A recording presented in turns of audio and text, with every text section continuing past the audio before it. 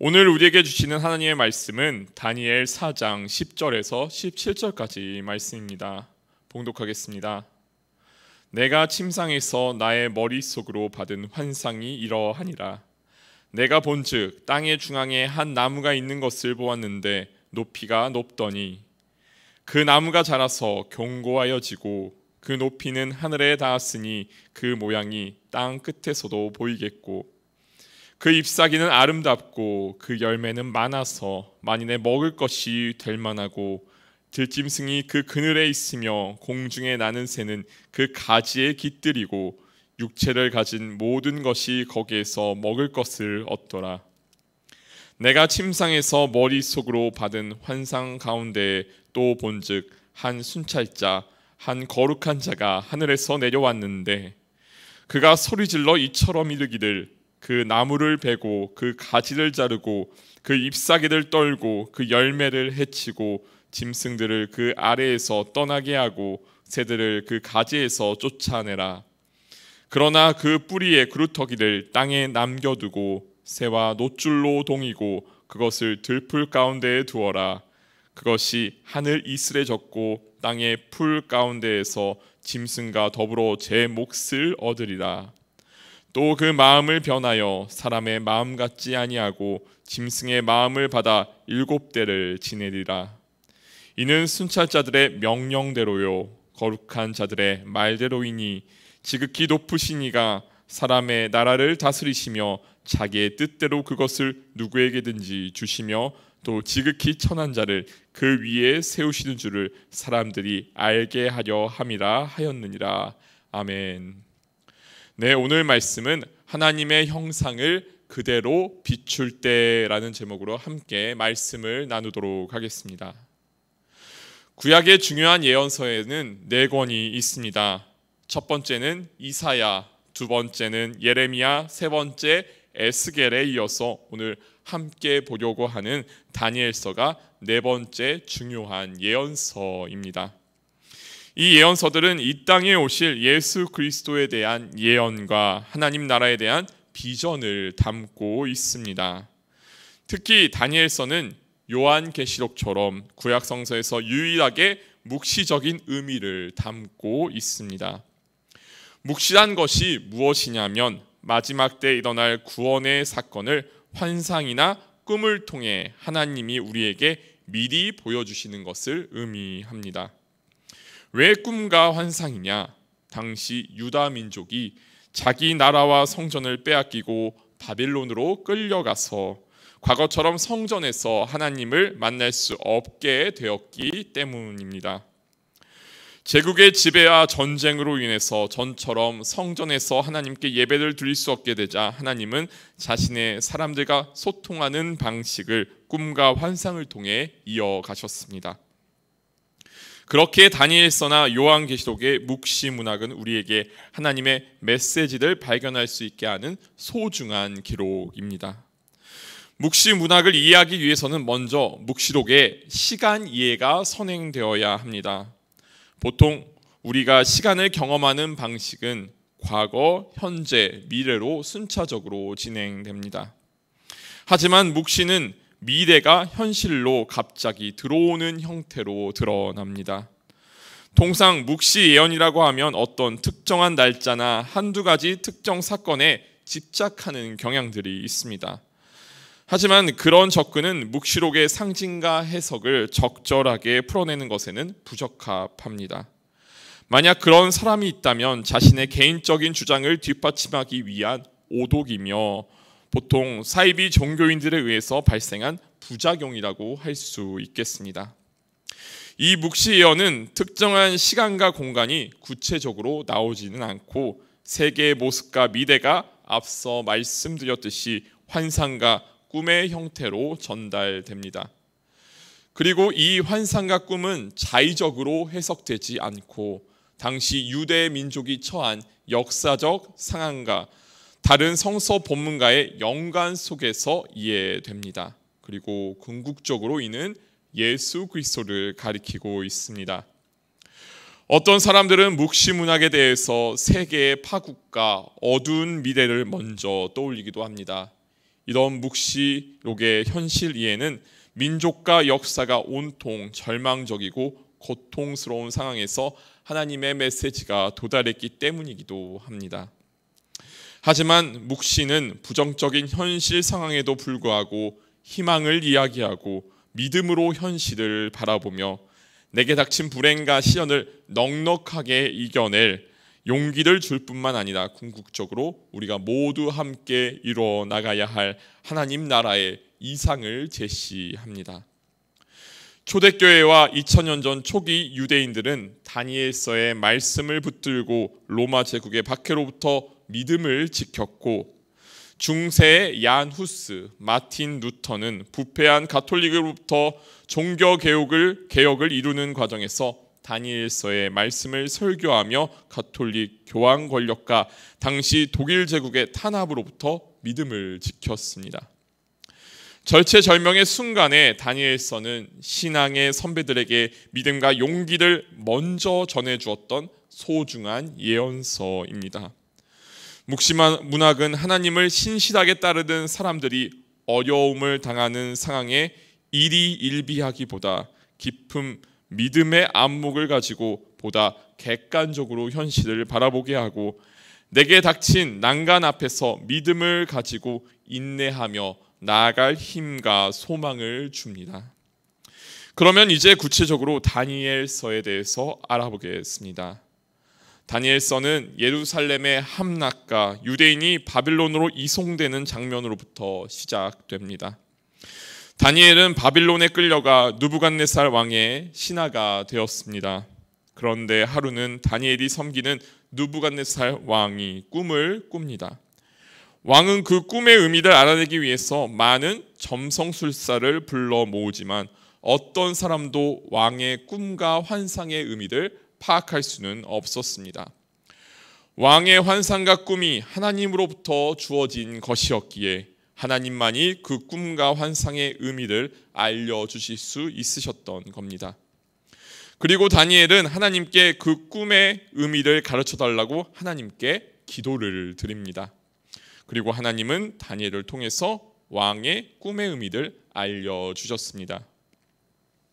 느부갓네살 왕이 꾼 꿈에는 머리는 금, 가슴과 팔은 은, 몸통은 동, 다리는 진흙이 섞인 거대한 신상이 나옵니다. 이 재료들은 온 세계를 다스릴 왕과 나라를 대표합니다. 그리고 여러 왕의 시대에 하나님께서 마침내 한 나라를 세우실 것인데, 그 나라는 영원히 망하지도 아니할 것이고 그 국권이 그곳에 사는 백성들에게 주어질 것이라는 약속이 주어집니다. 이어서 다니엘서의 후반부에는 앞서 말씀드렸던 묵시 예언이 나옵니다.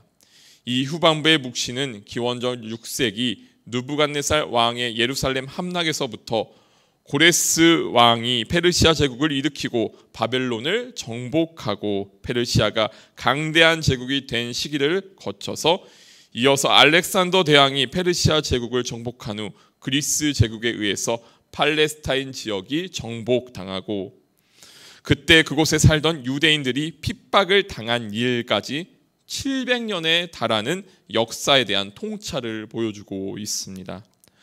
즉 다니엘서의 시작은 하나님을 사랑하고 경외하는 한 청년의 이야기로 시작되지만, 다니엘서는 후반부에 접어들며 한 인간이 살아낼 수 있는 시간의 한계를 넘어서 시대를 관통하고 인류의 역사에서 활동하고 계시는 하나님의 모습을 그대로 나타내고 있습니다.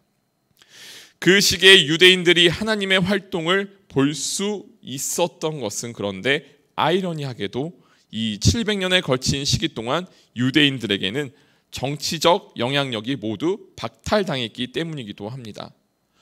바벨론 제국의 포로가 된, 바벨론 제국의 신하가 된 다니엘처럼 말입니다.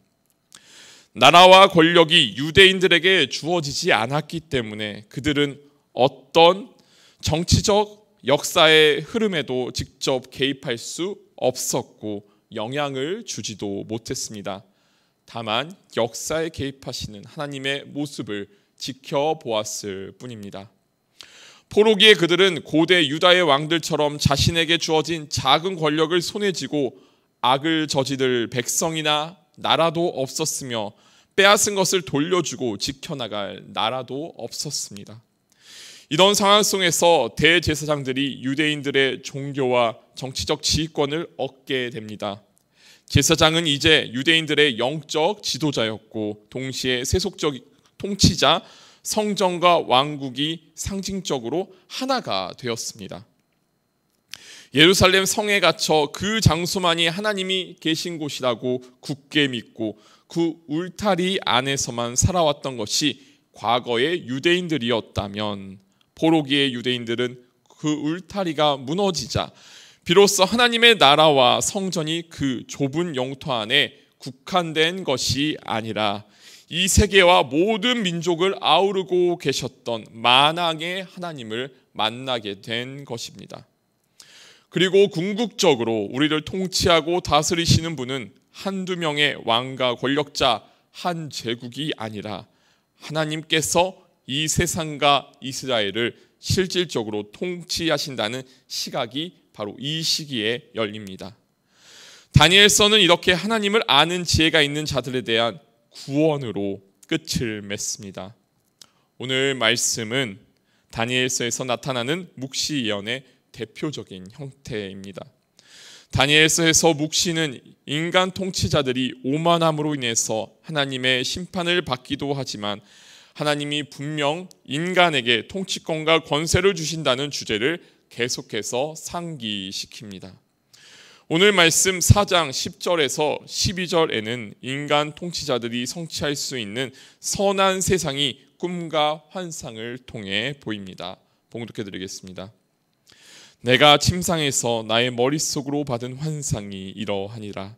내가 본 즉 땅의 중앙에 한 나무가 있는 것을 보았는데 높이가 높더니 그 나무가 자라서 견고하여지고 그 높이는 하늘에 닿았으니 그 모양이 땅 끝에서도 보이겠고 그 잎사귀는 아름답고 그 열매는 많아서 만인의 먹을 것이 될 만하고 들짐승이 그 그늘에 있으며 공중에 나는 새는 그 가지에 깃들이고 육체를 가진 모든 것이 거기에서 먹을 것을 얻더라. 꿈과 환상을 통해 하나님은 새들이 깃들어 쉬고 살아가는 큰 나무의 환상으로 인류의 미래를 보여주셨습니다. 이렇게 인간이 하나님의 형상을 왜곡하지 않고 그대로 비출 때는 하나님의 이름으로 이 세상을 통치할 권한이 주어지고 세상에 화평과 안식이 이루어집니다. 반면 그들이 자신이 하나님이 되려고 할 때는 그 권리가 상실되고 짐승처럼 됩니다. 16절과 17절의 말씀입니다. 또 그 마음은 변하여 사람의 마음 같지 아니하고 짐승의 마음을 받아 7대를 지내리라. 이는 순찰자들의 명령대로요 거룩한 자들의 말대로이니 지극히 높으신 이가 사람의 나라를 다스리시며 자기의 뜻대로 그것을 누구에게든지 주시며 또 지극히 천한 자를 그 위에 세우시는 줄을 사람들이 알게 하려 함이라 하였느니라. 때로 사람은 오만함 때문에 자신이 하나님과 같은 힘과 주권을 행사할 수 있다고 여기곤 합니다. 그 결과로 어려움에 부딪히게 되고 나아가서는 하나님 앞에서 신실한 모습과 태도를 지키며 사는데 도전과 위협을 받습니다. 다른 사람들도 다 그렇게 하는데 나라고 그렇게 하지 않을 변명을 먼저 찾게 되고 누가 성실하게 한다고 해서 알아주는 것도 아닌데 현실과 대충 타협하고 살아도 되는 거 아닌지 유혹을 받게 됩니다. 그것이 우리의 연약함인 것 같습니다. 이런 현실에서 하나님의 신실하심을 믿고 끝까지 믿음을 지키는 사람은 고난을 경험합니다. 현실에서는 현실에 타협하고 하나님을 앞질러 자기에게 주어진 권력을 휘두르며 살아가는 사람이 오히려 더 잘 살고 잘 나가는 것처럼 보입니다. 그럴 때는 이 세상에 정의가 있긴 한 것인지 더 나아가서 하나님의 계획이 좌절되는 것처럼 보입니다.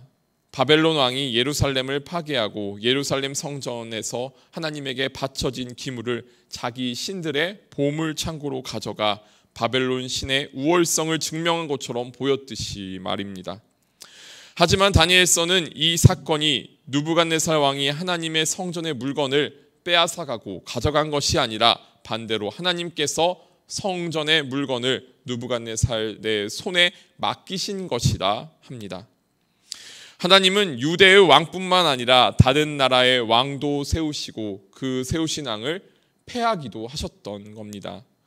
모든 권력의 역사는 영원히 망하지 아니할 나라를 세우시기 위한 하나님의 주권 아래 놓여 있습니다.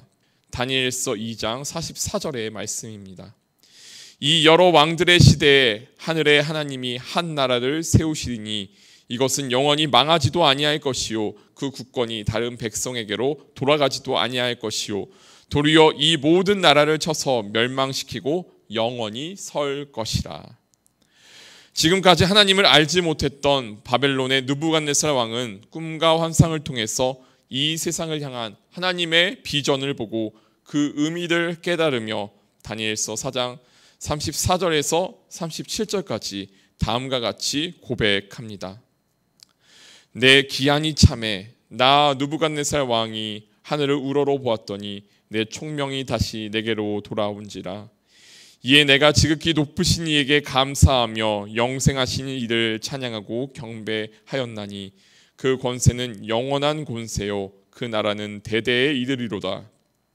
땅의 모든 사람들을 없는 것 같이 여기시며 하늘의 군대에게든지 땅의 사람에게든지 그는 자기 뜻대로 행하시나니 그의 손을 금하든지 혹은 이르기를 내가 무엇을 하느냐고 할 자가 아무도 없도다.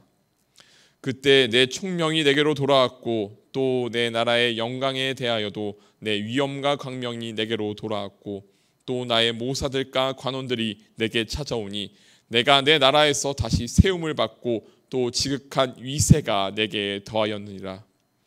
그러므로 지금 다 느부갓네살은 하늘의 왕을 찬양하며 칭송하며 경배하노니 그의 일이 다 진실하고 그의 행하심이 의로우심으로 교만하게 행하는 자를 그가 능히 낮추심이라. 묵시 예언서들은 오랫동안 많은 오해를 받고 오용되었습니다. 하지만 묵시 예언의 진가는 100년 남짓 살다 가는 인간의 한계와 지금 당장 내 눈앞에 닥친 역경과 고난의 상황이라는 제약을 넘어서 평생에 걸쳐 나아가 역사 속에서 활동하고 계시는 하나님의 모습을 만날 수 있게 해줍니다. 믿음의 눈으로 이 시대와 현실을 바라보고 인간이 가진 선택권들과 잠재성을 어떻게 하나님 나라를 이루는 데 사용해야 할지 그 통찰을 오늘 다니엘서를 통해 얻을 수 있습니다. 하나님이 이 세상을 다스리신다는 것은 그것을 인정한 사람은 누구나 하나님 통치 아래에 있습니다. 하나님이 세상을 다스리시도록 하나님께 온전히 나의 능력과 가능성을 내어드립니다. 오늘 본문에서는 바벨론의 왕 느부갓네살이 그 대표적인 인물이었습니다. 한편으로 하나님은 사람에게 이렇게 세상의 권력자들에게 자유를 주시지만 그것을 엉뚱하게 사용하고 자기에게 주어진 권력으로 신성 모독적인 행위를 할 때 즉각 보응하시기도 합니다. 느부갓네살 왕과 다르게 벨사살 왕은 예루살렘 성전에서 가져온 하나님께 바쳐진 그릇으로 술과 음식을 마시며 자신들의 우상을 찬양하다가 갑자기 죽게 된 일 또한 다니엘서는 다루고 있습니다.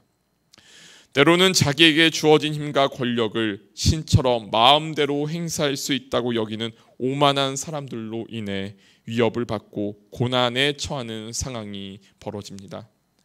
나라를 잃고 타지 생활을 해야만 했던 다니엘이 바로 대표적인 인물이었습니다.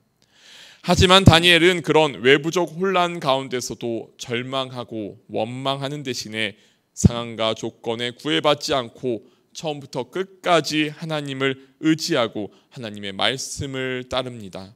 하나님께서도 그런 다니엘을 상황과 조건에 상관없이 풀무불의 죽음 가운데서도 건져주셨고 12장에는 묵시적 예언을 통해서 박해의 불 속에서 건져주시는 환상으로 다니엘에게 구원을 약속해 주셨습니다. 영광으로 이르는 길은 이렇게 때로는 다니엘의 생애처럼 위태롭고 고난이 예상되기도 합니다. 하지만 하나님은 신실한 믿음으로 하나님을 사랑하고 경외하는 당신의 사랑하는 자녀들에게 구원을 성취하시고 구원을 약속해 주셨습니다. 그 구원의 약속을 믿고 내게 주어진 상황과 조건에 제 아무리 나를 짓누르는 것처럼 보여도 하나님 안에서 이 세상에 줄 수 없는 평안과 자유를 마음껏 하나님 안에서 누리며 우리에게 주어진 시간과 잠재력을 하나님 안에서 이 세상을 향해 마음껏 펼쳐 보이며 하나님 보시기에 아름답고 기뻐하시는 삶을 살기를 진심으로 소망합니다. 다 함께 기도드리시겠습니다. 사랑의 하나님, 감사합니다. 오늘 다니엘을 통해서 어려운 상황 가운데서도 하나님을 의지하는 당신의 자녀들을 붙들어 주시고 그가 살았던 시대의 비전을 보게 하셨음을 말씀을 통해 깨닫게 하시니 감사합니다. 그 시대적인 변화와 혼란의 소용돌이 가운데서도 끝까지 인내하며 온유한 마음으로 믿음을 지키고 이 시대의 질문에 하나님을 아는 지혜로 대답할 수 있도록 우리의 영혼을 소생시키시고 밝혀 주옵소서. 이 모든 것 지금도 살아계셔서 역사하시는 우리 주 예수 그리스도의 이름으로 기도드립니다. 아멘.